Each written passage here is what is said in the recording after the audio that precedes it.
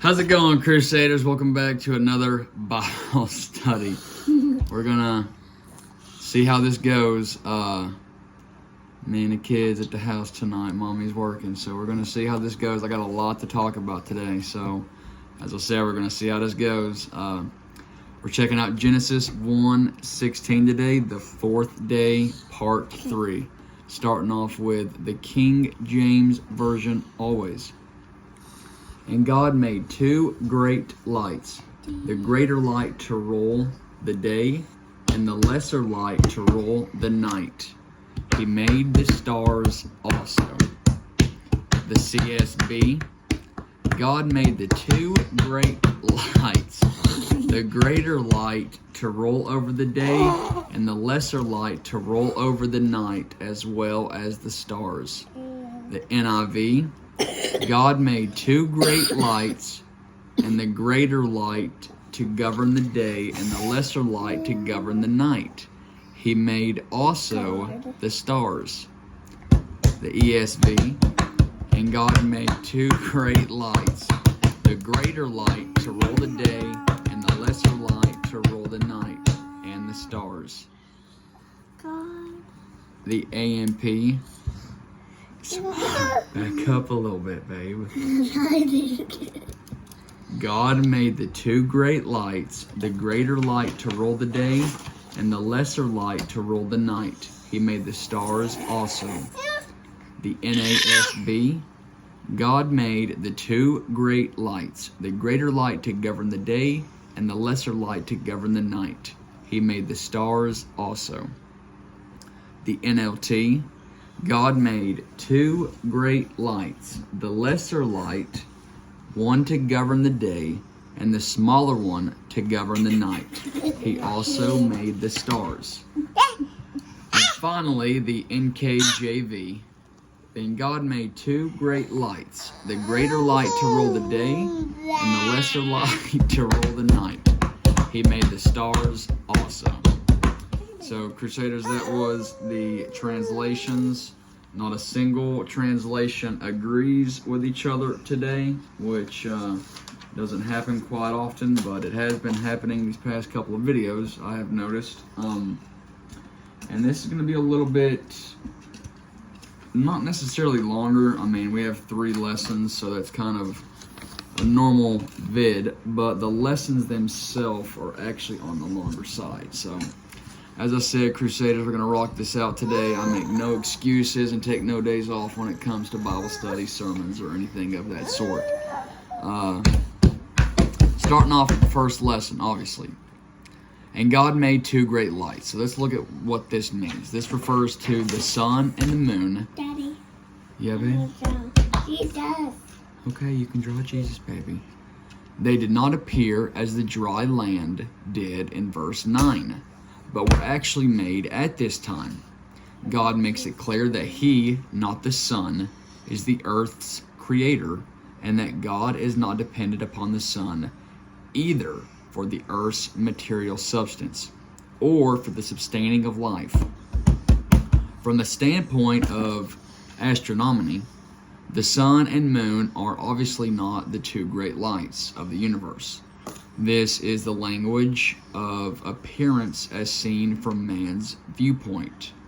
Genesis is written in geocentric rather than heliocentric terms, which is something I had to check out. I didn't really know what that meant. Signs. So in verse 14, this might refer to unusual sights in the heavens, such as eclipse of the sun, rather than suggest that God designed the celestial bodies to determine the destinies of individual men, as modern astrologers proclaim, which God condemns. So, like I said, a little bit of longer lessons, but regardless, that was the first one. And it's on a serious note, Crusaders, this is a lot to take in, a lot to understand, and a lot to think about. The second lesson, starting off, let's look at He also made the stars. So, this is a remarkable statement in the ancient Middle East. Other religions worshipped, defied, and mystified the stars. Israel's neighbors revered the stars and looked to them for guidance. In contrast, the biblical creation story gives the stars only the barest mention, as though the writer shrugged and said, "Oh yeah, he also made the stars." Such a statement shown great contempt for ancient Babylonian astrology. You can check that out in Psalms 29 and also Psalms 93. So the final lesson we're going to check out today. That's a goofy. Final lesson we're going to check out today. Let's look again at and the stars. So the immense universe that God, the Creator, mentioned here only in a brief phrase, almost as if it were an afterthought. So the focus of Genesis 1 is on the earth. The focus of the rest of the Bible is on men as the pinnacle of God's creation and the object of His great salvation. So, Crusaders, that was the Bible study. 3 lessons on 1 verse, and they were a little bit on the longer side too. I love it, babe. Great job. I'm obviously not stopping and taking every second I can to mention everything that I have wrote here, but nonetheless, Crusaders, that was the Bible study. The Bible verse of the week I want to check out, which comes from John again. I know we've had a few Bible verses from John, to be honest, but it's a great book. Samara, don't do that, baby. We're going to check out John 14:27. Peace I leave with you, my peace I give to you. Not as the world gives, do I give to you. Samara, get that, baby. Get what? Let not your hearts be troubled, neither let them be afraid.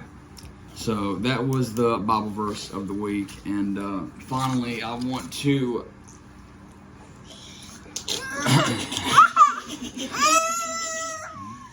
do my question for the Crusaders. What, babe? No, not right now, baby. Question for the Crusaders. So, simple question. This is a simple no for me, but my question is, have you been a Christian your whole life? Just something I'm curious about. You know, we all come from different walks of life, and just wanting to know your standpoint on it. So as always, you don't have to answer in the comments, you don't have to answer to me. It's just something I want you to, Samara, I'm talking, baby. It's just something that I want you to ask and answer to yourself. So, hope you all enjoyed the appearance of Marcus again, and of course Samara. Go ahead and show it, baby. Samara wants to show you all her drawing of struggle. Very similar, huh? Alright, Crusaders, that's it for me today. Thanks for sticking with me, and I'll catch you all Wednesday for the question of the week. Thanks, Crusaders.